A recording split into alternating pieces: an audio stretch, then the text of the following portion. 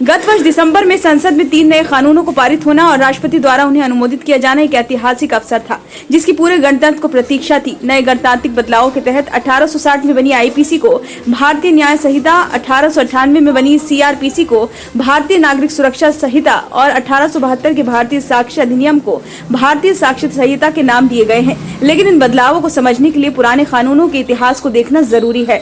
1857 में भारत की स्वाधीनता के पहले संघर्ष के उपरांत इन कानूनों की नींव रखी गई थी, जिनका मौलिक उद्देश्य था कि ब्रिटेन की सामंती प्राथमिकताओं को पूरी तरह से सुदृढ़ करते हुए उसके साम्राज्यवादी हितों की पूरी तरह सुरक्षा की जाए।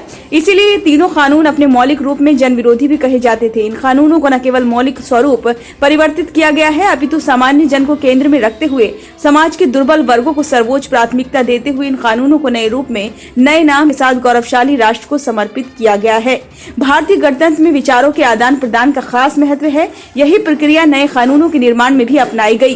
पुराने कानूनों में बदलावों को प्रस्तावित करने वाली संसदीय समिति ने व्यापक भ्रमण, विचार विमर्श, मंथन, बैठकों आदि के माध्यम से सामाजिक परिवेश में जो अनिवार्य थी तथा माननीय सर्वोच्च न्यायालय ने समय समय पर जो दिशा निर्देश दिए थे, उन सभी का समावेश इन तीनों नए कानूनों में किया गया है।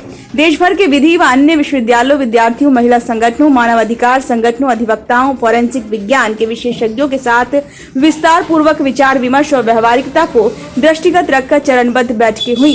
समाज के प्रत्येक वर्ग के विचारों एवं परामर्श पर गंभीरता पूर्वक विचार किया गया और जन अपेक्षाओं को दृष्टिगत रखते हुए इन तीनों नए कानूनों में क्रांतिकारी परिवर्तन किए गए हैं। उग्र भीड़ द्वारा सामूहिक रूप से की जाने वाली हत्या यानी मॉब लिंचिंग को अपराध की श्रेणी में रखा गया है और कठोरतम दंड यानी कि मृत्युदंड प्रस्तावित किया गया है।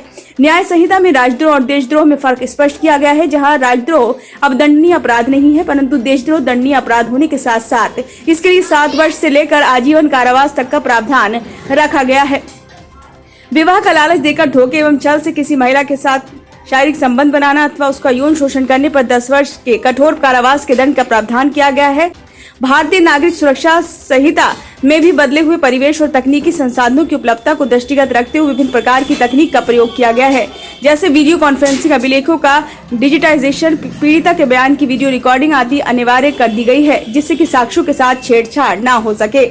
सीआरपीसी की धारा 41A के स्थान पर धारा 35A अति महत्वपूर्ण धारा है, जिसमें यह व्यवस्था है कि कोई भी गिरफ्तारी बिना वरिष्ठ अधिकारी की पूर्व अनुमति के बिना संभव नहीं हो पाएगी, जिससे थाना स्तर पर आए दिन हो रहे अधिकारों को दुरुपयोग पर नियंत्रण हो सकेगा। प्रथम सूचना पंजीकृत करना एक अत्यंत दुष्कर कार्य है, जिसके बारे में सामान्य जनता पीड़ित दिखाई पड़ती है।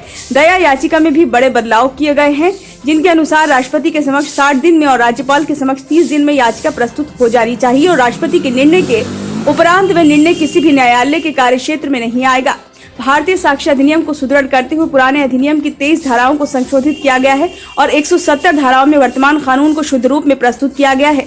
ये तीनों नए कानून किसी क्रांति से कम नहीं है और इस गणतंत्र दिवस पर देश के जन जन को एक अमूल्य वरदान की तरह है। इससे समाज के दुर्बल वर्ग को तो राहत मिलेगी ही, अपितु जो सामंती प्राथमिकताओं को प्रशस्त करने वाले कानून थे, उन्हें समाप्त कर सुदृढ़ कानून व्यवस्था के जरिए एक नए भारत के निर्माण में भी सहायक होंगे।